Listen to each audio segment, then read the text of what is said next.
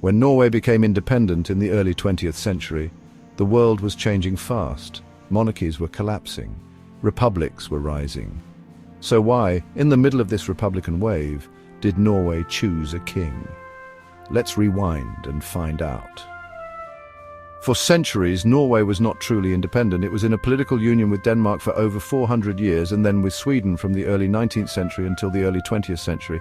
But by the start of the 20th century, Norwegians were growing more nationalistic and wanted full independence, especially as Sweden still controlled their foreign policy.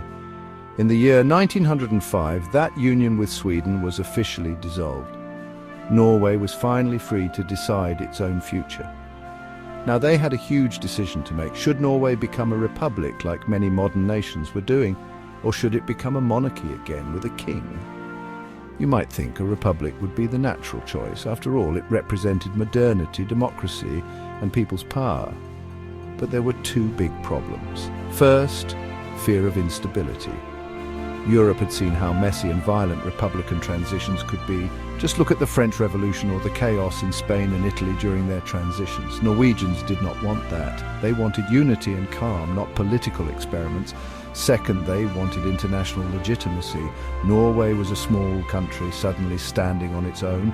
Choosing a monarch, especially a European prince, would give them more credibility with powerful nations, especially Britain and Germany. Norway did not just choose any king. They invited Prince Carl of Denmark, a democratic-minded man who was married to a British princess.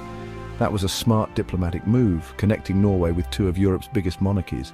But here is the twist.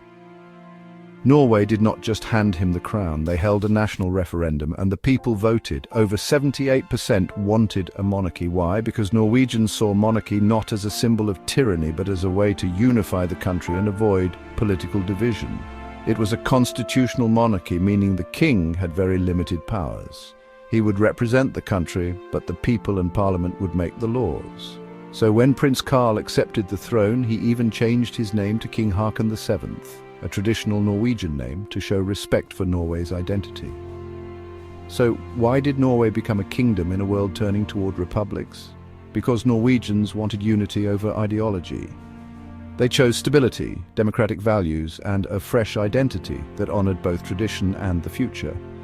Today, Norway is one of the most democratic countries in the world. It proves that having a king does not mean giving up freedom. It is about how the system is built and how the people are involved.